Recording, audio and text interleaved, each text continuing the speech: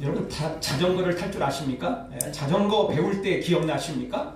한 번도 안 넘어지고 자전거를 배웠다는 사람은 아마 없을 것입니다.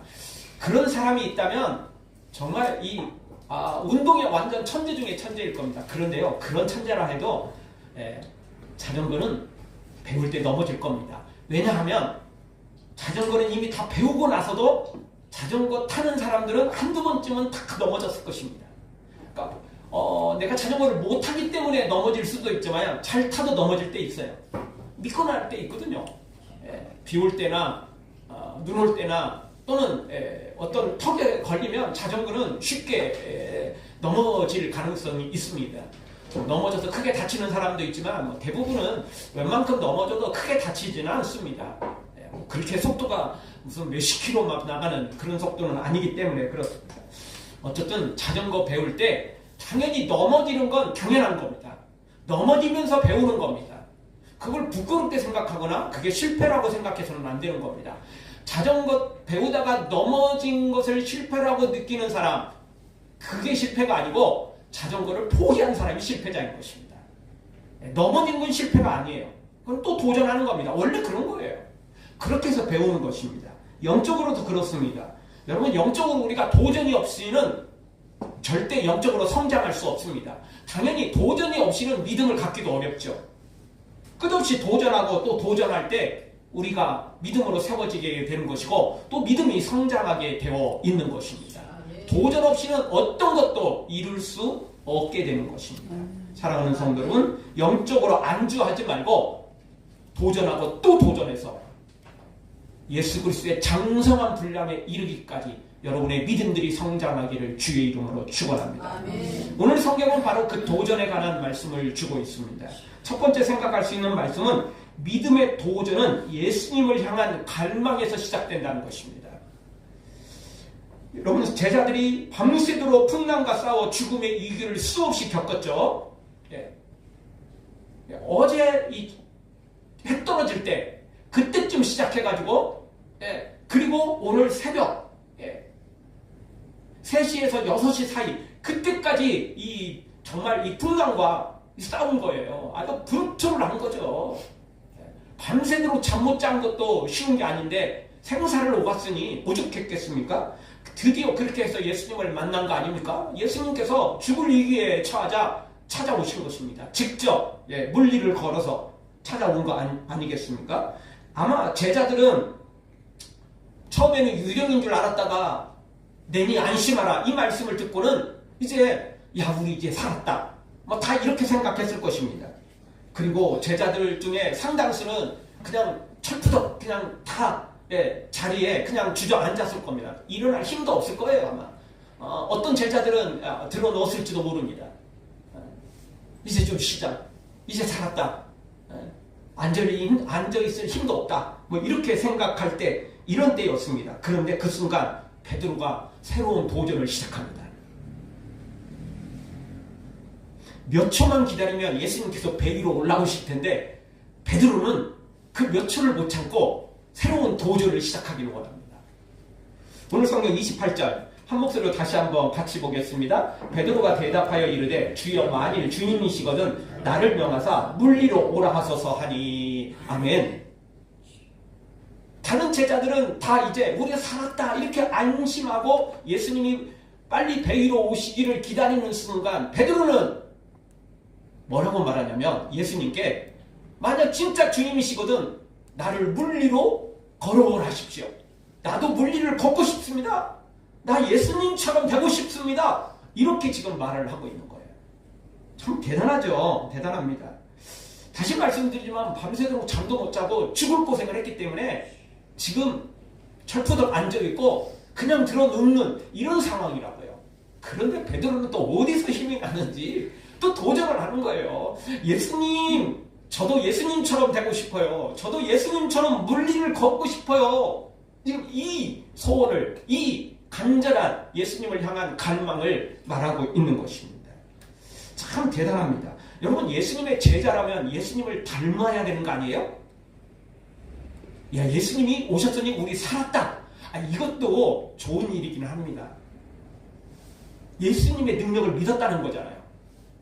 내니 안심하라. 이 말씀에 그냥 다 제자들이 안심하고 이제 우리 살았다 이렇게 하는 것도 참 대단한 믿음인 거예요. 아무리 예수님 오셨어도 우리 해변가로 완전히 다 나갈 때까지는 또 모르지.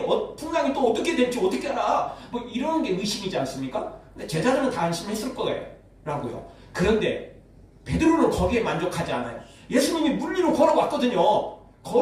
물리를 걸어오신 걸 보고 베드로는 뭐라고 생각하냐면 나 예수님의 제자니까 나도 예수님처럼 되고 싶어.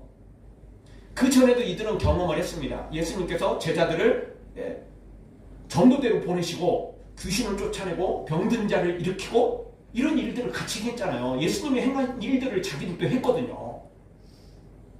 그러니까 베드로는 예수님이 물리를 걸으셨어? 주님, 그러면 저도 물리를 걷고 싶어요. 저도 예수님 닮고 싶어요. 이겁니다. 우리 뭐 해바라기가 항상 해만 바라보고 이렇게 잘하잖아요. 그래서 우리가 주바라기 그렇게 말을 하기도 합니다. 주님 바라보고 살아야 된다. 믿음의 성도는 주바라기다. 이렇게 말하는데 진짜 제자들은 주바라기입니다. 모든 걸 예수님 닮아가려고 소망해야 되고 또 그렇게 갈망해야 되고 그렇게 닮으려고 또 노력을 해야 되는 것입니다. 예수님은 예수님, 나는 나. 이거 아니에요. 예수님의 제자라면 그냥 말 한마디, 행동 하나하나 다 예수님 닮기를 소망해야 돼요.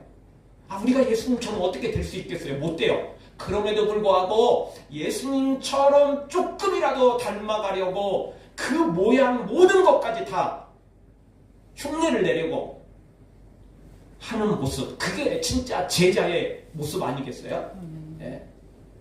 진짜 스승을 좋아한다면, 진짜 좋은 제자라면 당연히 모든 걸 다 예수님 닮아가려고 하는 것입니다. 연예인 좋아하는 사람들은 연예인 그냥 모든 걸 다 꿰고 있더라고요. 네. 우리는 겨우 이름 얼굴 한번 아는 걸로도 충분한데 그 사람은 모든 걸 다 알고 있어. 그냥 입만 열면 그냥 자동으로 막 쏟아져 나와. 진짜 주바라기 된 사람, 진짜 예수님을 스승으로 삼고 나의 구원자로 삼고 예수님의 제자가 되려고 하는 사람은 정말 그런 모습으로 살아야 되지 않겠습니까? 입만 열면 그냥 예수님이 자동으로 흘러나와야 되고 말 한마디 행동 하나하나 예수님을 닮아가려는 그런 열망과 소망이 있어야 된다는 것입니다. 그런 게 없으면 믿음이 식어가고 있다는 증거인 거거든요. 막절엔 찐빵은 막 김이 모락모락 그렇게 올라오게 돼 있는 것입니다. 우리의 신앙이, 우리의 믿음이 예수님을 닮아가려는 그런 막절엔 찐빵처럼 막 뜨끈뜨끈해야 되는 것입니다. 다 식어갖고 이 추운 날 식어버리면 잘못하면 취하는 것입니다. 그거 먹고 더 추워지는 것입니다. 정말 우리가 예수님 닮으려는 이런 소망이 있어야 됩니다. 요한복음 14장 12절에서는 예수님이 우리에게 제자들에게 말씀을 해주시는데요. 한 목소리를 보겠습니다. 내가 진실로 진실로 너희에게 이르노니 나를 믿는 자는 내가 하는 일을 그도 할 것이요 또한 그보다 큰 일도 하리니 이는 내가 아버지께로 감이라. 아멘. 예수님은 제자들에게 뭐라고 말씀하시냐면 내가 하늘나라로 갈 텐데 아버지께로 갈 날이 다가올 텐데 너희가 내가 한 일들을 할 것이고 나보다 더 큰 일도 너희가 하게 될 것이다. 이렇게 제자들에게 말씀을 하셨어요. 이야기는 예수님께서 제자들에게 너희가 나를 닮는 걸로 만족하지 말고 나보다 더 큰 일을 감당하도록 그렇게 기도하고 갈망하고 그렇게 해라. 내가 너에게 성령을 부어줄 것이고 능력도 부어줄 거니까 내가 하는 일을 너희가 동일하게 하고 더 큰 일도 해라. 이렇게 말씀하신 거예요. 그리고 실제 이루어졌어요. 예수님은 교회 하나 세우지 못했어요. 예수님은 12제자 겨우 세우는데 3년을 다 투자했고 그 중에서도 한 명은 가늠유다 배반자였어요. 물론 딱 12명만 아니죠. 마가의 다락방에 모인 인원이 120명이었죠. 그리고 조금 더 넓게 보면 예수님의 승천을 목격한 사람이 500명이었어요. 자, 이 정도는 되긴 됐지만 그래도 예수님은 교회를 세우거나 이루진 못했어요. 그래서 사람 세우는 것에 중점을 두었을 뿐이죠. 그런데 실제 제자들은 베드로는 한꺼번에 5천 명이 되는 사람들을 회개시키고 그렇게 주님께로 돌아오게 만들었잖아요. 성전 미문에서 안진뱅이를 일으키고 설교 한 번 했더니 놀라운 역사가 막 일어나는 거 아니겠어요? 그리고 제자들 다 세계 흩어져서 복음을 전하다가 순교의 길을 걸어가면서 정말 엄청난 일들을 감당했던 것입니다. 수많은 교회들을, 개척교회들을 세우고 그리고 수많은 사람들을 믿음으로 인도해 냈던 거죠. 진짜 말씀 그대로 예수님이 하는 일을 했을 뿐만 아니라 예수님보다 더 큰 일도 감당을 했던 게 제자들인 것입니다. 아멘.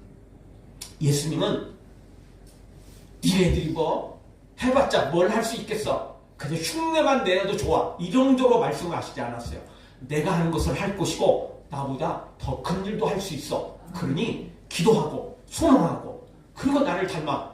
이렇게 말씀하신 거예요. 제자 여기 오늘 베드로가 딱 이 말씀을 그대로 지키는 거예요. 지금 난 예수님 닮고 싶어요. 뭐든지 닮고 싶어요. 예수님 물리로 걸었어요. 저도 걷고 싶어요. 베드로는 지금 그 소망을 가지고 있는 겁니다. 이런 소망이 우리 가운데 있어야 돼요. 아멘. 진짜 소 닭 보듯이 그냥 이러면 안 돼요. 정말 이런 소망이 있어야 돼요. 아멘. 물론 이런 소망이 소망과 갈망으로 끝나지 않고 탐심으로 이어지면 안 돼요. 너무 욕심만 부리면 안 돼요. 그건 욕심은 아주 우리가 경계해야 될 것이거든요. 근데 소망과 갈망 그리고 욕심, 욕망 이런 거에는 사실 종이 한 장 차이밖에 안 나는 거예요.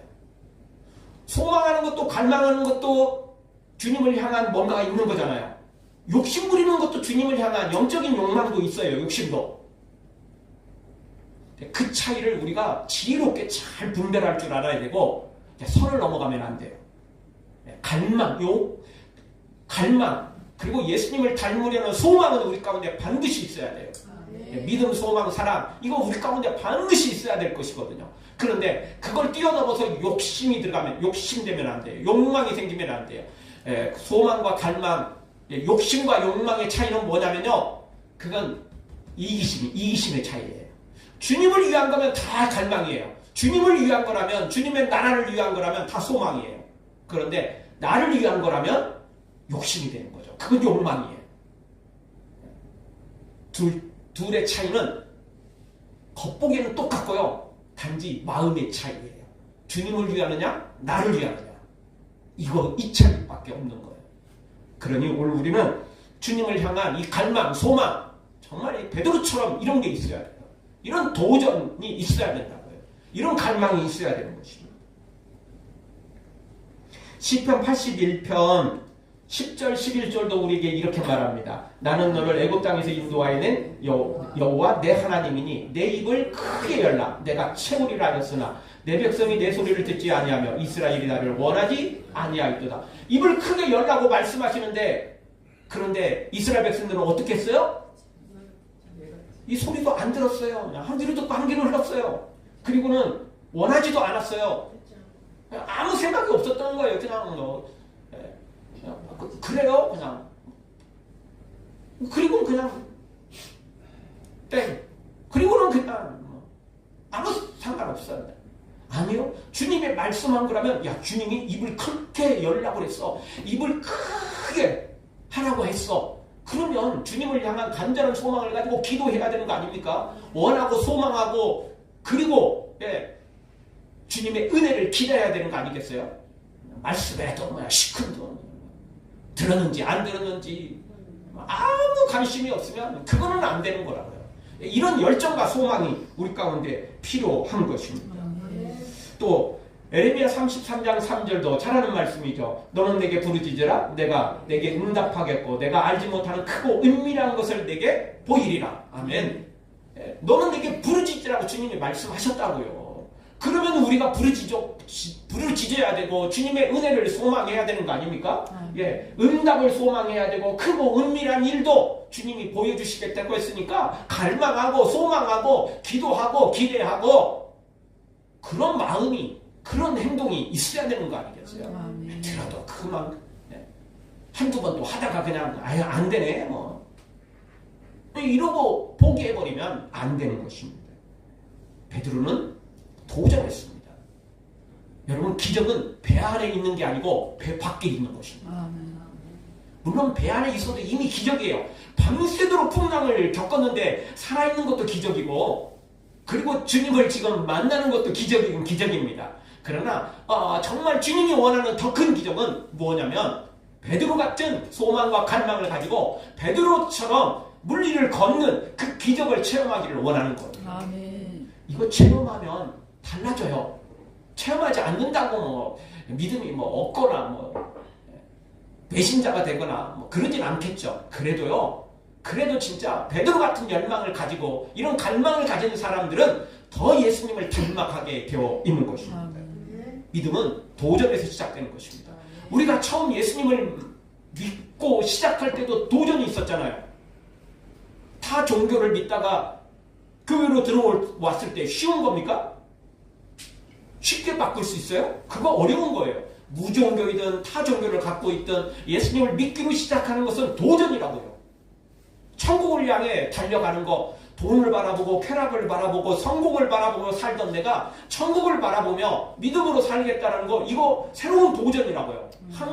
함부로 할 수도 없고 아무나 할 수도 없는 거예요. 믿음 자체도 도전이고요. 더 큰 기적을 바라보는 것도 도전 없이는 안 돼요. 베드로처럼 도전해야 된다니까요. 배 안에 있으면 안 돼요. 이럴 때 있어도 상관은 없을 수 있겠지만 더 큰 기적을 맛보려면 도전을 해야 돼요. 배 밖으로 나가야 되죠. 무조건 나가는 게 아니라 예수님이 그 배 밖에 있으니까, 예수님이 물리를 걷고 있으니까 예수님을 소망하면서 닮아가라는 것입니다. 우리가 기적을 진짜 소망할 줄 알아야 됩니다. 뻔히 될 것만 가지고 기도하고 이거는 안 돼, 이거는 할 수 없어, 처음부터 포기해버리면 아무것도 할 수 없는 것입니다. 물리를 걷는 거 제자는 할 수가 없어요. 사람들은 할 수 없다고요. 풍랑에도 지금 죽을 지경인데 뭔 물리를 걸어? 말도 안 되는 소리고, 이거는 턱도 없는 소리 같지만 그래도 예수님이 걸으셨다면 제자인 우리도 걸을 수 있다는 이 소망을, 믿음을 가져야 된다는 것입니다.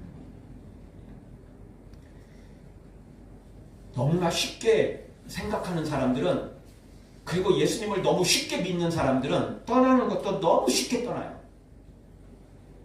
믿음은 진짜 도전인 것입니다. 기적도 당연히 도전이고요. 이런 충격이 있어야 되고, 그래야 진짜 예수님을 더 닮아가는 모습이 있는 것입니다. 사랑하는 성도 여러분, 베드로처럼 예수님을 향한 갈망, 소망을 가지고 믿음으로 도전하는 복된 성도들 되어지길 주의 이름으로 축원합니다. 두 번째 주시는 말씀은, 믿음의 도전은 말씀대로 순종할 때 일어난다는 것입니다. 29절 한 목소리로 같이 보겠습니다. 오라 하시니 베드로가 배에서 내려 물리로 걸어서 예수께로 가되. 아멘. 많은 성도들이 베드로처럼 주님, 저도 물리를 걷고 싶어요, 저도 이 큰 기적을 체험하고 싶어요, 그렇게 기도해놓고 예수님이 응답도 없는데, 예수님이 말씀도 없는데 혼자 그냥 배에서 내려버리는 사람들이 있어요. 혼자 그냥 출발해버리는 사람이 있어요. 예수님의 말씀도 안 듣고 막 그냥 그러는 사람들이 있다니까요. 구약에 있는 말씀처럼 성전 꼭대기에서 뛰어내리면 천사가 받아줄 거라는 말씀이 있거든요. 그냥 본인이 그냥 그렇게 믿고 뛰어내리는 거야. 그냥 말씀을 듣고 뛰어내려야죠. 예수님의 허락이 있어야 뛰어내리는 거 아닙니까? 예수님이 아무 말씀 없는데 자기 혼자 그냥, 그거는 믿음이 아니고 그거는 걸 맹신이라고 하는 거예요. 그거는 그냥 자기 암시일 뿐이에요. 예수님의 허락이 있어야죠. 예수님의 말씀이 있어야죠. 왜 혼자 합니까? 왜 혼자 앞서갑니까? 줄 사람 꿈도 없는데 혼자 김치국도 마시고 있으면 그거 안 되는 거 아니에요? 예수님의 허락이 있어야죠. 예수님의 말씀이 있어야죠. 베드로는 오라 하신 다음에 그리고는 배에서 내린 거예요. 그냥 무작정 내린 거 아니에요. 무조건 뛰어내린 거 아니라고요. 예수님이 오라 명령하니까, 말씀하시니까 그리고는 내린 겁니다. 여러분, 출애굽기에 보면, 우리가 지금 출애굽기 한 달에 한 번씩 보고 있죠. 이 구약 2권, 신약 2권, 이 말씀을 매주 절기 빼놓고는 돌아가고 있는데, 모세 말씀 우리가 기억나십니까?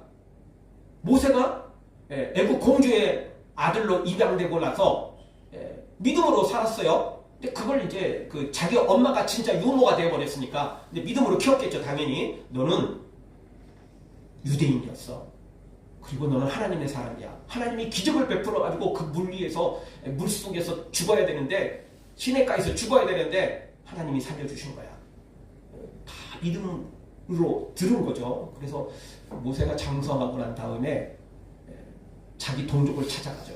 그랬더니 애굽인이 동족을 한 사람 죽이려고 하죠. 그래서 그걸 말리다가 유대인 애굽인을 죽이게 됩니다.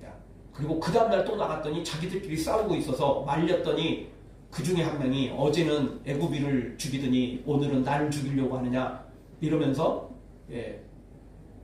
큰 소리를 치게 되고 모세를 대적하게 되죠. 모세가 이 일이 이 정도 소문이 났으면 당연히 이거 비밀 경찰 뒤에 들어갈 걸 뻔히 알았기 때문에 미리 선수쳐서 도망가 버립니다. 그 자리에 있었으면 딱 걸리죠. 자, 모세가 무슨 마음으로 그랬을까요? 동족을 향한 간절한 마음이 있었던 겁니다. 진짜 독립운동, 하나님을 향한 신앙운동을 가지고 그런 마음을 한 거예요. 자기만 생각했으면 동족을 찾아갈 이유도 없고 그저 애국 공주의 아들로 먹고 마시고 즐기고 평안하게 살 수 있었어요. 도와달라고 한 것도 아니고 뭐가 아쉬워서 하나님께서 회초리 들고 쫓아라 보낸 것도 아니고 모세가 그런 마음을 가진 건 대단한 거예요. 그럼에도 불구하고 거기서 문제는 뭐냐면요. 하나님께서 말씀하시지 않았는데 모세 스스로 먼저 출발했다는 거예요. 자기 욕심이 너무 앞섰던 거예요. 하나님은 하나님의 일을 하기 전에 기도로 준비하고 믿음으로 준비하고 이런 준비된 사람을 하나님이 시키시거든요. 근데 모세는 아직 준비가 안 돼 있다고요. 근데 마음만 열정만 그냥 앞선 거예요. 그래서 그런 문제가 발생한 겁니다. 그리고 하나님은 모세를 광야로 인도하셔서 광야에서 양을 치면서 철저히 자신의 능력으로는 자신의 지혜로는 아무것도 할 수 없다. 이거를 뼈저리게 느낍니다. 그러다가 때가 되니까 하나님이 시내산에서 모세를 찾아오시는 거 아닙니까? 하나님이 우리에게 복 주실 때는요. 우리가 준비가 되어 있어야 돼요. 기도로 준비가 있어야 되고요. 그 복을, 그 기적을 받을 만한 준비가 되어 있어야 돼요. 어린아이에게 막 수표를 막 주거나 어린아이에게 막 날카로운 칼을 주거나 이럴 수는 없잖아요. 그거 안 되는 거 아니에요? 아무리 소망하고 갈망해도 나 아빠 엄마 닮고 싶어요. 나도 저 그렇게 하고 싶어요. 이래도 어린아이에게는 그런 걸 주는 게 아니에요. 그걸 감당할 능력이 없거든요. 모세도 마찬가지거든요. 아직 기도로 준비 안 돼 있었어요. 유모로 왔던 엄마를 통해서 뭔가 배우긴 배웠지만 아직 정말 진짜 지도자로서 준비는 하나도 안 돼 있었던 거예요. 마음만 앞섰던 거예요. 열정만 앞섰던 거예요. 준비가 아직 안 돼 있거든요. 본인은 이 공주의 애국 공주의 아들의 신분이라면 이 일을 충분히 감당할 수 있을 줄 알았겠죠. 근데 하나님은 그게 아니었어요. 사회적인 위치가 아니었어요. 사회적인 뭔가가 아니었어요. 하나님이 모세에게 원하셨던 것은 하나님만 의지하고 하나님만 바라보고 하나님의 명령대로 순종할 준비가 되어 있는지 바로 이거였던 것이죠. 그래서 준비가 안 됐는데 본인이 앞장서가 버린 거예요. 베드로는요. 저도 주님 닮고 싶어요 하고 뛰어내리지 않았어요. 그거 믿음 아니에요. 네. 그 대체로시 막 그렇게 하는 사람들도 많아요. 네. 교회도 그런 일 많고요. 개인 성도들도 이런 일 참 많아요. 네. 하나님이 응답이 없는데 본인이 그냥 기도해놓고 이거 하나님의 뜻이야라고 그냥 막 일저지르는 사람들 굉장히 많아요. 그러다가 나중에 문제가 생기죠. 그러면서도 또 하나님이 그거 말리지 않았다고. 그리고 하나님께 불평 원망하는 사람도 참 많아요. 교회도 그렇죠. 그래서 많은 교회들이요. 그냥 무조건 그냥 막 엄청나게 내서 막 교회만 크게 짓고 이러다가 부흥하는 교회들도 있었지만 또 정말 큰 어려움을 당하는 교회들도 얼마나 많은지 몰라요. 그거요. 자기 욕심이라고요. 우리는 주님의 순종에 따라서 주님의 말씀에 따라서 이 일을 감당하지 않으면 안 된다는 것입니다. 오라 하고 난 다음에 베드로가 달려갔다고요. 물리를 걸었다고요. 자기 욕심에 일을 그르치면 안 돼요. 주님의 허락이 있어야 돼요. 주님의 명령이 있어야 돼요. 자기 기분대로 하면 안 돼요. 자기 감정대로 신앙생활하면 안 돼요. 주님의 말씀대로 해야죠. 말씀대로. 그렇게 하지 않으면 안 되는 것입니다. 주님 말씀하시면 내가 나가리다.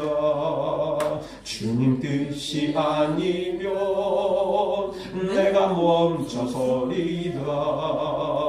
나의 가고 선고 주님 뜻에 있으니 오 주님 나를 이끄소서. 주님 뜻대로 살아야 되는 것입니다. 여러분 좋은 자동차 잘 나가는 자동차가 좋은 자동차입니까? 아니에요. 알고 보면 진짜 좋은 자동차, 정말 안전한 자동차는요, 제동장치가 좋은 거예요. 특히 이 겨울에 얼음판이 있거나 눈길이 쌓였을 때 이건 뭐 브레이크 밟으면 그냥 뭐 너무 잘 들어가고 쫙 미끄러나는 자동차는 안전한 자동차가 아니에요. 좋은 자동차가 아니에요.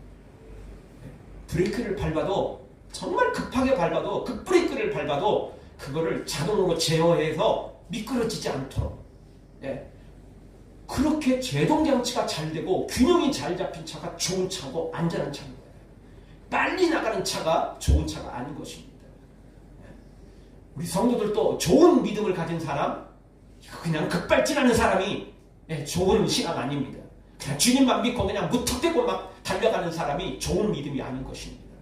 때로는 정말 급출발도 해야 되고 주님 믿고 무조건 그냥 순종해야 되기도 하지만 더 중요한 건 주님이 말씀하시면 멈출 줄도 알아야 돼요. 제동장치가 잘 돼야 돼요. 이거 내 뜻이고 내 간절한 소망이고 이거는 내 눈에 흙이 들어가니까는 안 돼요. 이런데도 이런 상황이어도 예수님이 안 돼. 하지마.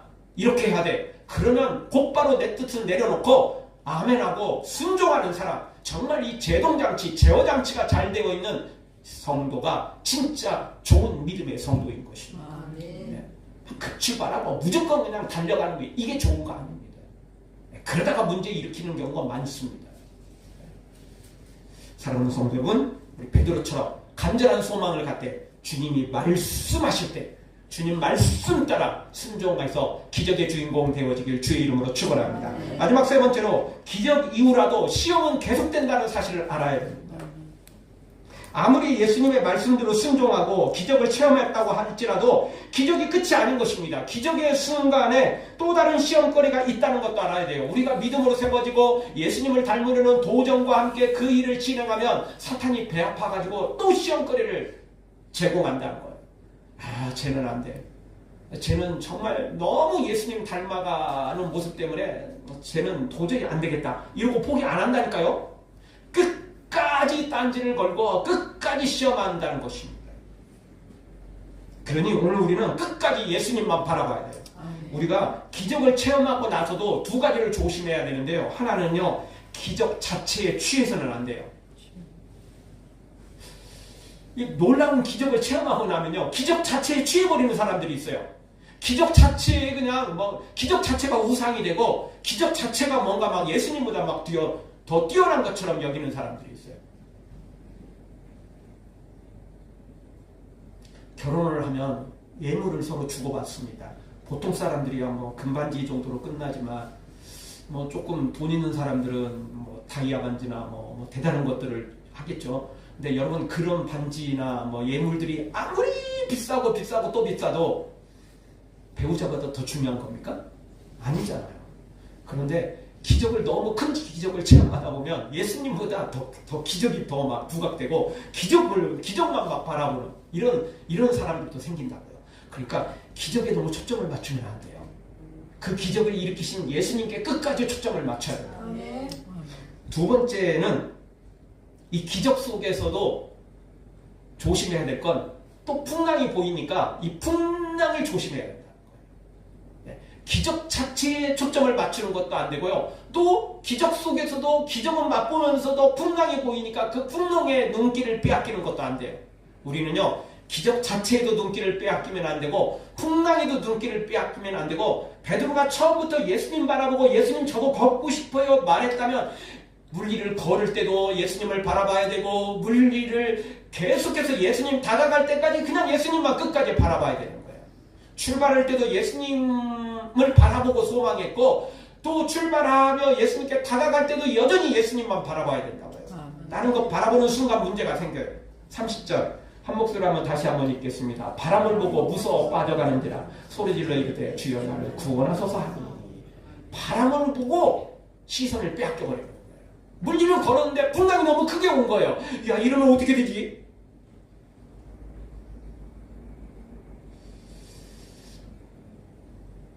위기의 순간이죠. 여러분, 그 인터넷 통해서 그 보드 타는 거 보셨어요? 바다 위에서 서핑하는 거 보면요, 태풍이 이렇게 태풍 막 불듯이 파도가 엄청나게 칠 때가 있어요. 그런데 진짜 그걸 타고 가는 사람은 어떻게 타고 가냐면, 이 물길을 위로 이렇게 그 물 위로 이렇게 보이는 게 아니고, 이게 파도가 크게 쳐오면 이렇게 파도가 치면서 이렇게 공간이 생기는 거예요. 그 사이를 지나가는 거예요. 밖에서 보면 그 서핑하는 사람이 안 보이게 되죠. 오, 저 물에 빠진 거 아니야? 하고 있는데 알고 보면 촥 지나가는 거예요. 조금 있다가 짠 하고 나타나죠. 예, 그런 거예요. 그런 거예요. 파도가 바닷물이 자기를 뒤엎어도 실제는 뒤엎은 게 아니에요. 그냥 그 사이를 유유히 빠져나가는 거죠. 거기서 멈추면 안 돼요. 거기서 당황하면 안 돼요. 쫙 갖고 그냥 빠져나가는 거예요.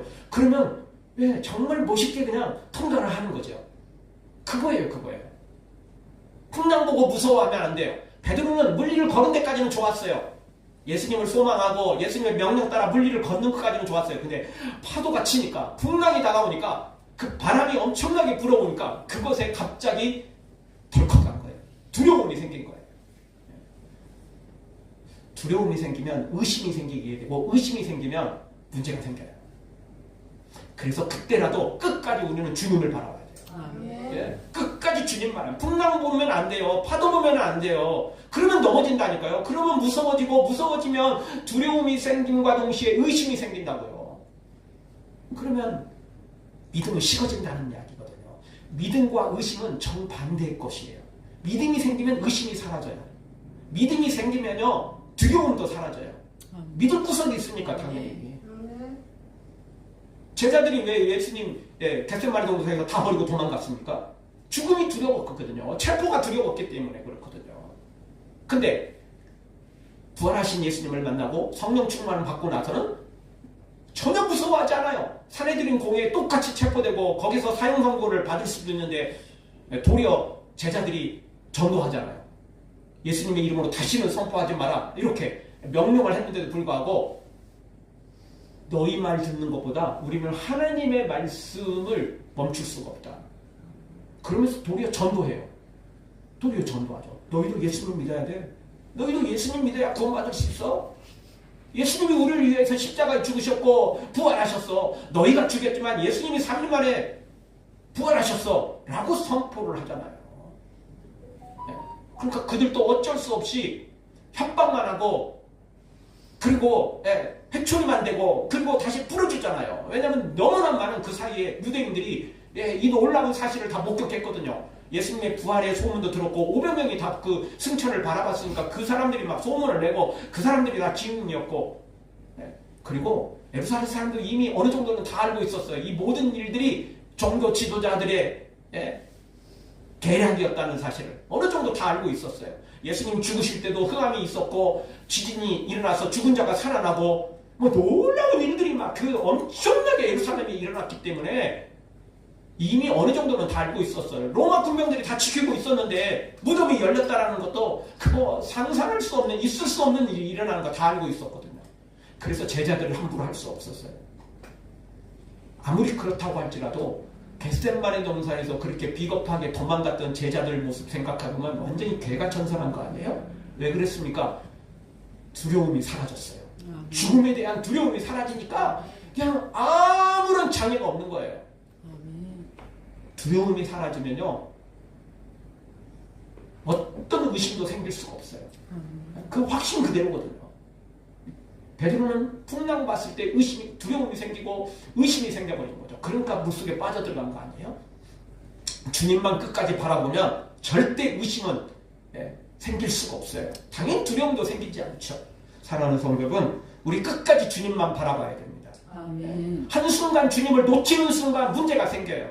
여러분, 야구에서요, 공이 그냥 쳤는데 공이 높이 하늘 높이 그냥 뜰 때가 있어요. 내야수든 외야수든 높이 뜨면요, 선수는 그 공을 바라보면서 너무 높이 뜨면 한참을 기다려야 돼요. 근데 그러다가 놓칠 때가 있어요. 낮에는 햇빛 때문에 햇빛이 이렇게 잠깐 이렇게 박자가 이렇게 각도가 맞으면 놓쳐버릴 수 있고, 저녁에 또 할 때는요, 다 라이트가 있잖아요. 그거하고 잘못 맞으면 놓쳐버려요. 또 외야수 같은 경우는 뛰다가 또 펜스가 있잖아요. 그거 또 안 부딪혀야 되는 거거든요. 그러다 보면 펜스도 한번 봐야 되고 공도 봐야 되고 그러다가 순식간에 놓쳐요. 축구도 똑같아요. 축구도 그냥 할 때는 다 보지만 공중에 날아오는 공을 헤딩을 할 때가 있어요. 그러면 이제 자기 혼자 헤딩할 때는 뭐 다 알죠. 근데 상대편하고 부딪히면서 헤딩할 때는, 그리고 이제 떨어질 때 공이 어디 있는지 놓칠 때가 있어요. 수비수는 큰 위기에 빠질 수 있죠. 그래서요, 정말 어떤 일이 있어도 아무리 헤딩을 했고 아무리 떨어지면서 이게 넘어지더라도 공이 어디 있는지 끝까지 봐야 돼요. 끝까지 봐야 돼요. 한순간 놓치는 순간 위기가 닥치는 거예요.